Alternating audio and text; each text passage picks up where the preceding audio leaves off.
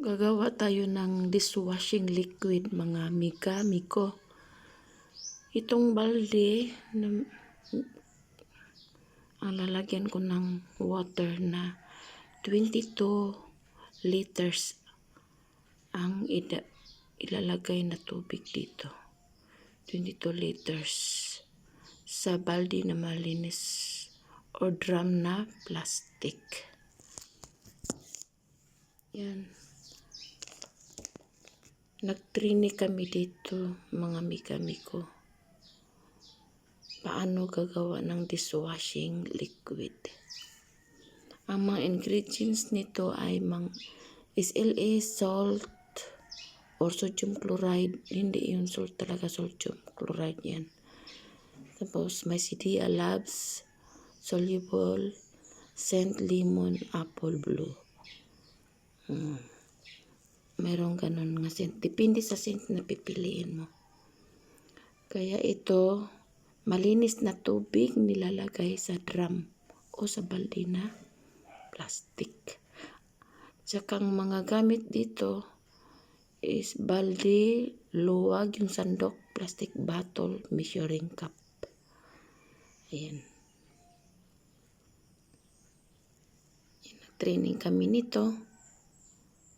Nagdagan ng tubig hanggang maabot siya ng 22 liters. Yung cup ginagamit namin. Bali 44 cups lahat. Ayan, dinagdag na yung SLS. Yung SLS guys, yung powder yan na 2 kilos. 2 kilos na SLS powder yan siya.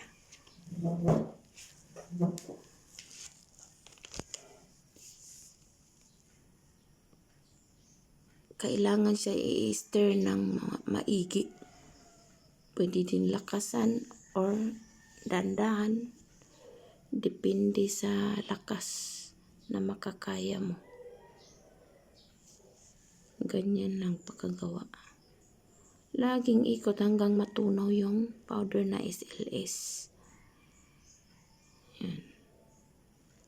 Tapos nilalagay na yung, inahalo na yung labs sa 200 ml na tubig.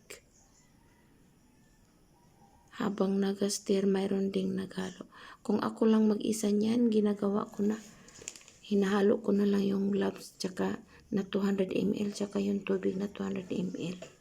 Pagkahalo mo na yun, pagkatapos matunaw yung SLS na yan, ihalo na yung labs na hinaluan ng tubig at isabay yung Sidea. Yung Sidea na liquid yun. Isabay, isusunod yan. Ayan, tinutunaw pa yan ng maigi kasi siya, may bukol-bukol. Kailangan sa SLS bago mo ilalagay sa tubig, durugin mo na yung mga bukol-bukol niya. May mga buo-buo na powder. Kailangan durugin bago i-pour dyan sa tubig para matunaw siya ng madali. Badandahan lang siya na buhos hanggang matunaw dyan. Dapat ibang magbuhos, iba din yung mag-ukay-ukay, yung mag-stir. Pero ako nakayanan kong mag-isa. 2 kamay.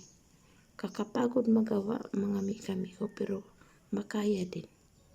Ayan, natunaw na. Natunaw na siya.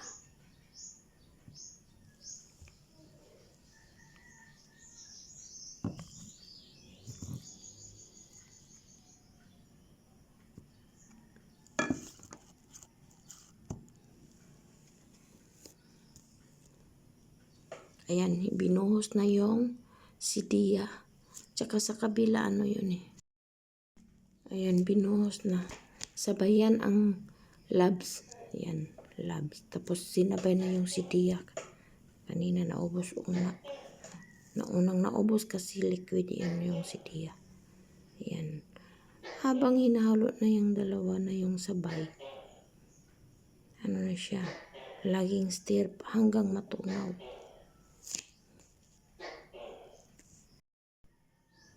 Yan, ikot ng ikot, ukay ng ukay, i-stir hanggang matunaw na yung labs. Yung labs ha, tinunaw muna, hinahalo sa 200 ml na tubig, 200 ml na labs.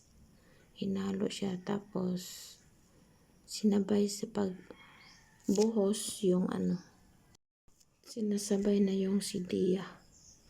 Ayan, malapit na matunaw yung sidiya.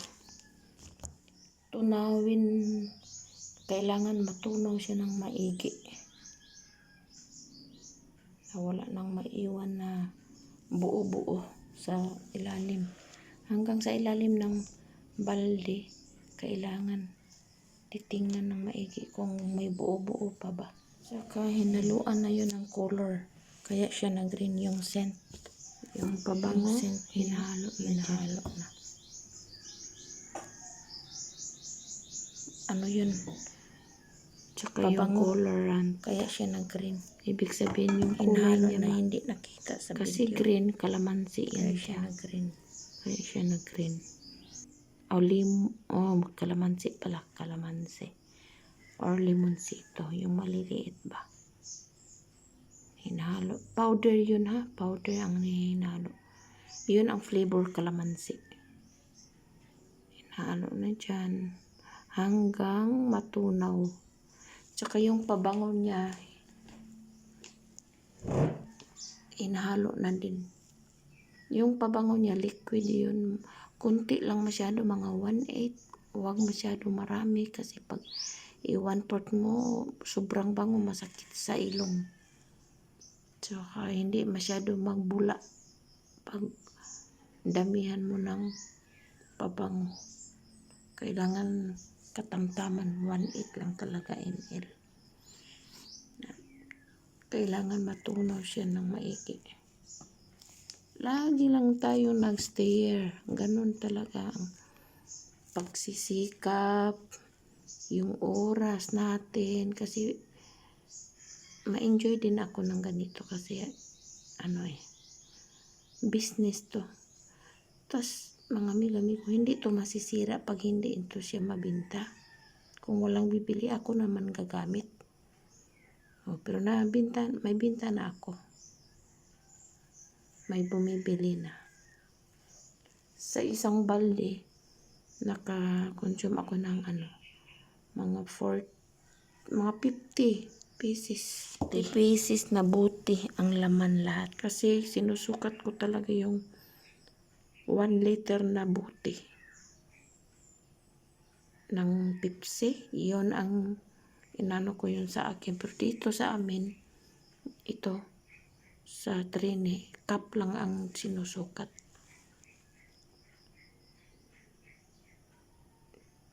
22 liters din ang equivalent. Sa cup na yun na 44. Binubuhos na yung parang asin. Sodium chloride.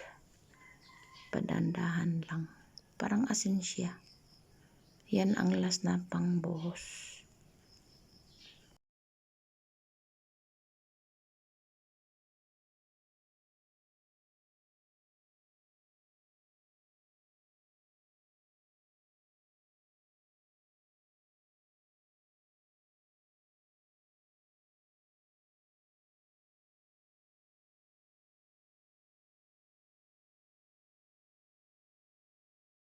Tapos nyon, tinatakpan yan siya.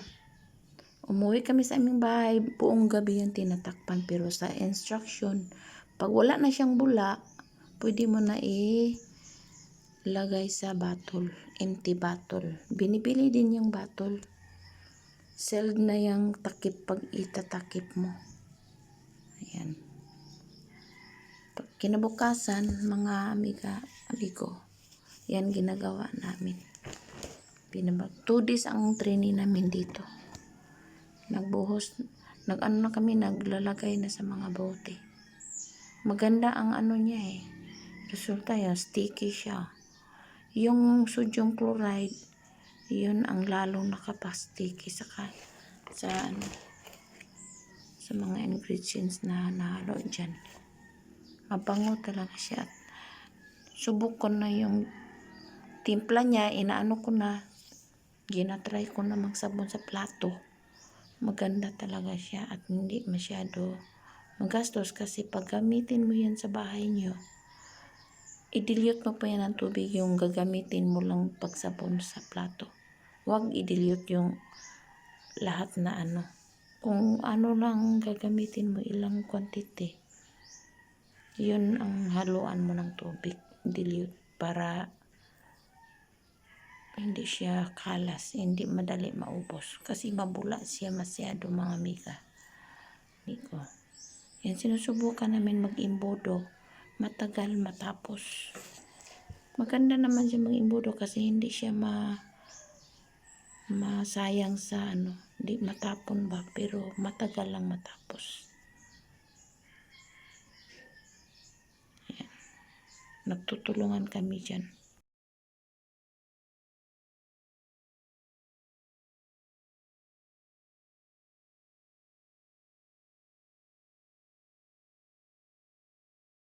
Iba yung tagalagay ng batol, iba din yung tagatakip. Iba din yung nagtrapo. Iba din yung naghawak sa ano, balde, baka matapon. So kailangan talagang may katuwang ka sa pag-asikaso niyan, pag-process. Pero ako, nagawa kong mag-isa. Kasi pagdating dito sa bahay, pag kinabukasan, ginagawa ko na agad para mabinta agad. Tsaka i-monitor kami niyan mga mikami ko. Sa taga City Hall yung nag-training sa amin. Sa amin lang tong ano, ginansya. Yung mga ingredients, unang-una, City Hall, o si Mayor namin, Persinas. Patrick Persinas yun. Si Mayor Patrick Persinas ang gumagastos nito yun sa gobyerno para puhunan namin. Kailangan hindi mawala yung puhunan.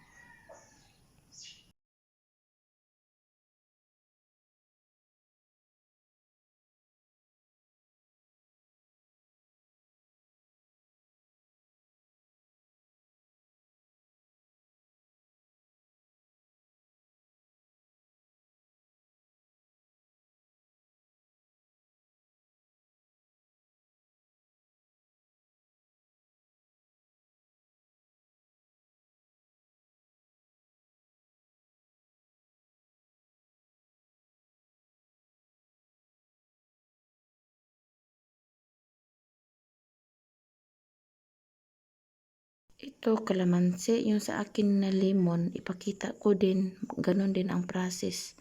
Tapos may second part pa dito, mga miko.